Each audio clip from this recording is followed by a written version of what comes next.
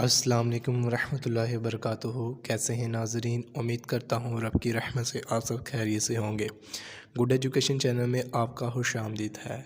हमारे new visitors से request है, अगर उन्होंने अभी तक हमारे इस चैनल को सब्सक्राइब नहीं किया तो उनसे रिक्वेस्ट है कि वो हमारे चैनल को सब्सक्राइब करें और साथ ही बेल आइकन के बटन को प्रेस कर दें। इसका फ़ायदा आपको ये होगा कि मेरी हर आने वाली नई वीडियो का नोटिफिकेशन आपको मिलता रहेगा। और मेरी इस वीडियो को लाइक कर दीजिएगा और इसे ज़्यादा से ज़्यादा से शेयर कर दीजिएगा। आएँ वीडियो का आगाज़ करते हैं।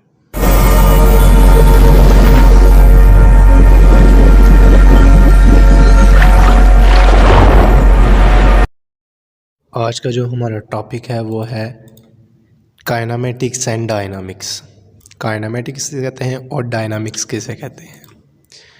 इसमें हम फोर्स को स्टडी करेंगे आज के लेक्चर में, इनर्शिया को स्टडी करेंगे और मोमेंटम को स्टडी करेंगे। काइनेमेटिक्स और डायनामिक्स का डिफरेंस भी हम स्टडी करेंगे। क्लियर है? आए काइनेमेटिक्स एंड डायनामिक्स किसे कहते हैं। Dynamic and kinematics. Dynamics the branch of the mechanics. ये किसकी ब्रांच है? मैकेनिक्स की।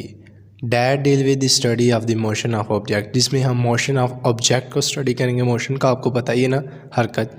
मोशन ऑफ ऑब्जेक्ट को स्टडी करेंगे और कॉजेज़ ऑफ इट्स मोशन, और किस वजह से हरकत हुई, यानी कि मोशन में कैसे ऑब्जेक्ट आया, वो हम स्टडी करते हैं डायनामिक्स में। क्लियर है? आगे इसमें जो टॉपिक हमने स्टडी करने हैं वो है न्यूटन्स के लॉ ऑफ फोर्स या लॉ ऑफ मोशन। क्लियर है? न्यूटन का जो फर्स्ट लॉ ऑफ फोर्स है या मोशन है उसको स्टडी करेंगे, सेकंड को करेंगे, थर्ड को करेंगे। क्लियर है? बिफोर डिस्कस अबव टॉपिक को डिस्कस करने से पहले हमें फोर्स, इनर्शिया और मोमेंटम का पता होना चाहिए, जो कि आज का हमारा लेक्चर है। Kinematics is the study of the motion of an object. Kinematic में हम मोशन ऑफ ऑब्जेक्ट को स्टडी करते हैं और इसमें हम कॉजेज़ ऑफ मोशन को स्टडी नहीं करते। इसमें सिर्फ मोशन ऑफ ऑब्जेक्ट को हम स्टडी करते हैं काइनेमेटिक्स में। क्लियर है? इसमें जो टॉपिक्स हमने स्टडी कर लिए हैं, we have already this learn, हमने कर ली हुई है कॉन्सेप्ट। रेस्ट ऑफ मोशन का जो टॉपिक है वो भी हमने डिस्कस कर लिया। टाइप ऑफ मोशन भी, डिस्प्लेसमेंट और डिस्टेंस का भी हमने, स्पीड एंड वेलोसिटी का भी, और एक्सेलरेशन और इक्वेशन ऑफ मोशन को भी हमने स्टडी कर लिया है। क्लियर है?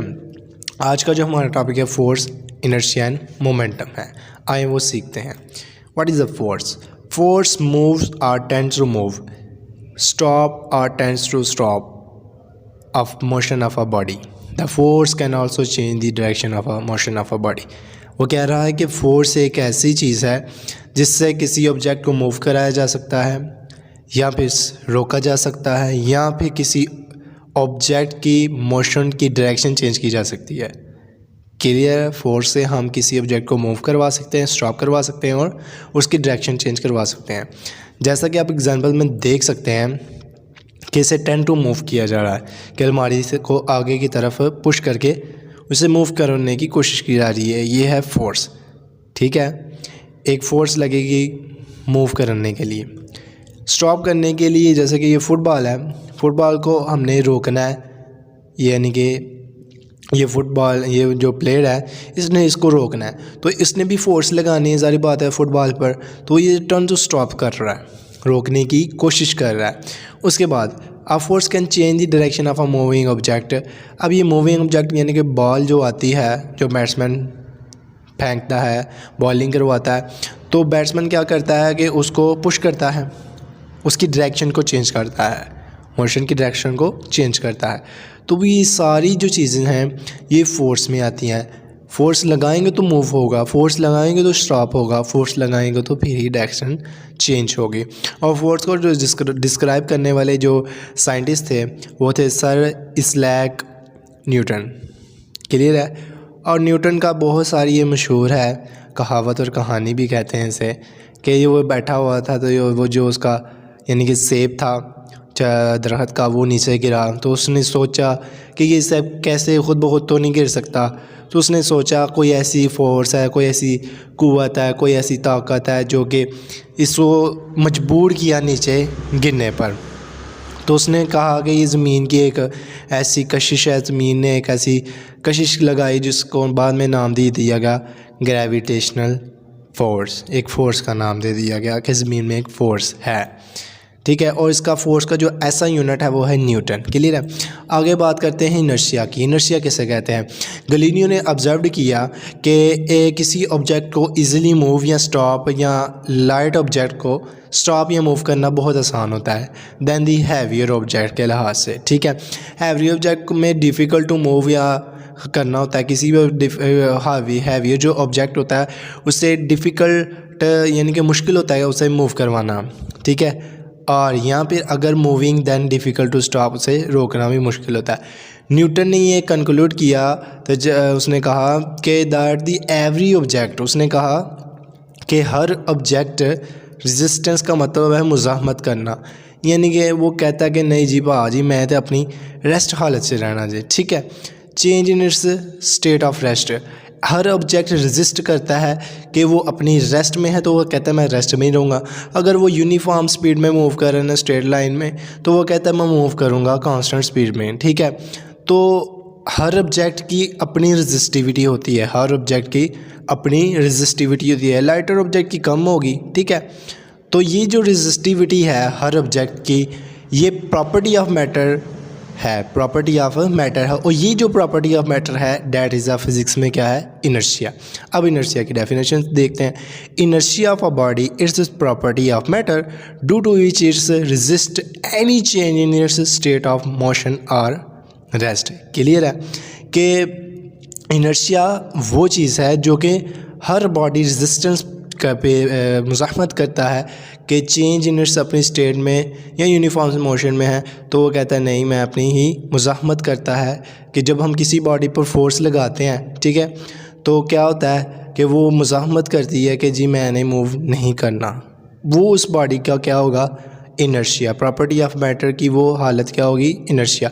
Inertia directly proportional the mass of body, जितना किसी बॉडी का मैस ज़्यादा होगा उतना ही इनर्शिया होगा। ऐसा यूनिट इसका है इनर्शिया का केजी यानी कि kilogram.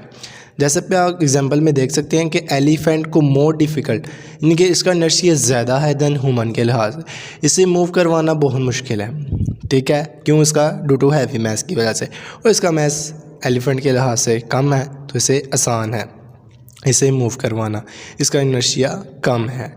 Which means it's harder to change its elephant को वाकई बात है हार्डर है इसको मूव करवाना, मोशन में लाना दैन दी ह्यूमन मोशंस के लिहाज। नेक्स्ट जो टॉपिक है हमारा वो है मोमेंटम। क्या है? Momentum. Momentum of a body is a quantity of motion है। ये क्या है? क्वांटिटी ऑफ मोशन है, मोशन की मिकदार है, ठीक है। मोमेंटम का कॉन्सेप्ट ये है कि ये मोशन की मिकदार है, ठीक है। ये पोजेस करती है कब? जब मैस और वेलोसिटी हो बॉडी में। क्लियर है? ड्यू टू मैस और वेलोसिटी की वजह से ये पोजेस करती है, यानी कि मोमेंटम होता है बॉडी में। क्लियर है? P is equal to mv, ये इसका फार्मूला है।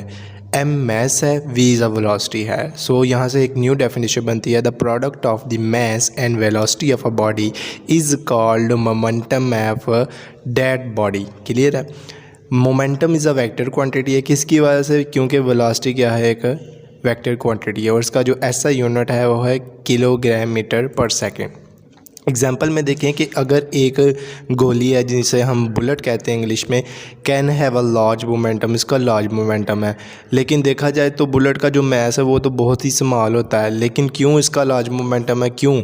यानी कि मैस तो कम है लेकिन वेलोसिटी इसकी जो है वो बहुत ही हाई है, जिसकी वजह से उस बॉडी का यानी कि इस बुलेट का जो मोमेंटम होगा वो लार्ज होगा। क्लियर है?